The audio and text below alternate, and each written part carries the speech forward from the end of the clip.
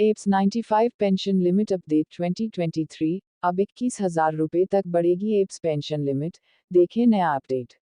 Apps 95 pension limit update 2023, कर्मचारी pension योजना employ pension scheme के लाभार्थी कर्मचारियों के लिए अच्छी खबर है।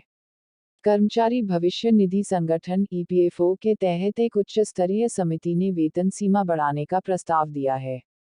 एप्स पेंशन फंड समिति ने कहा है कि वेतन सीमा मौजूदा 15,000 रुपये से बढ़ाकर 21,000 रुपये प्रति माह की जाए। कमेटी का कहना है कि सरकार इस पर विचार कर रही है और इसे पिछली तारीख से लागू किया जा सकता है। यदि कर्मचारी पेंशन योजना एम्प्लॉय पेंशन स्कीम का यह प्रस्ताव लागू होता है, तो लगभग 7.5 लाख अतिरिक्त कर्मचारी लाभान्वित होंगे क्योंकि उन्हें भी इस एप्स पेंशन फंड योजना के तहत कवर किया जाएगा और 2014 में अंतिम संशोधित वेतन वृद्धि के लिए भी समायोजित किया जाएगा।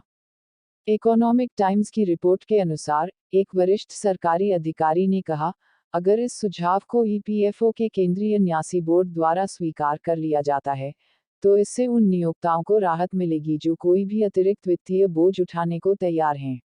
उद्धरण चिन्ह एम्प्लॉय पेंशन स्कीम राजकोष को राहत।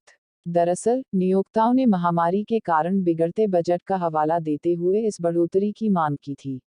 अगर प्रस्ताव को मंजूरी मिल जाती है तो सरकारी खजाने को भी राहत मिलेगी क्योंकि ईपीएफओ की कर्मचारी पेंशन योजना एम्प्लॉय पेंशन स्कीम के लिए फिलहाल केंद्र सरकार हर साल करीब 6,750 करोड़ रुपये का भुगतान करती है।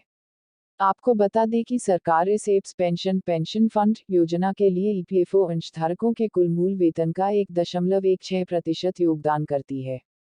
Apps pension scheme latest update. कर्मचारी पेंशन योजना एम्प्लॉय पेंशन स्कीम के केंद्रीय न्यासी बोर्ड में शामिल के रघुनाथन ने कहा कि ईपीएफओ के भीतर इस बात पर सहमति है कि ईपीएफओ और ईएसआईसी दोनों के तहत सामाजिक सुरक्षा प्रदान करने के लिए समान मानदंडों का पालन किया जाना चाहिए। दोनों एप्स पेंशन फंड योजनाओं के तहत मानदंडों में अंतर श्रमिकों को उनके सामाजिक सुरक्षा लाभों से वंचित नहीं करना चाहिए। एम्प्लॉय पेंशन स्कीम को लेकर अब क्या है नियम? जब हम नौकरी शुरू करते हैं और ईपीएफ के सदस्य बनते हैं, तो हम उसी समय एप्स पेंशन फंड के सदस्य भी बन जाते हैं।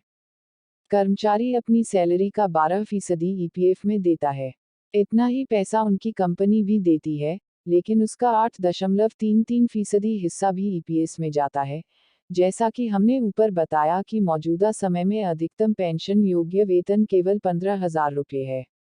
यानी हर महीने कर्मचारी पेंशन योजना एम्प्लॉय पेंशन स्कीम में पेंशन का अधिकतम हिस्सा 15,000 का 8.33% 1,250 रुपये है।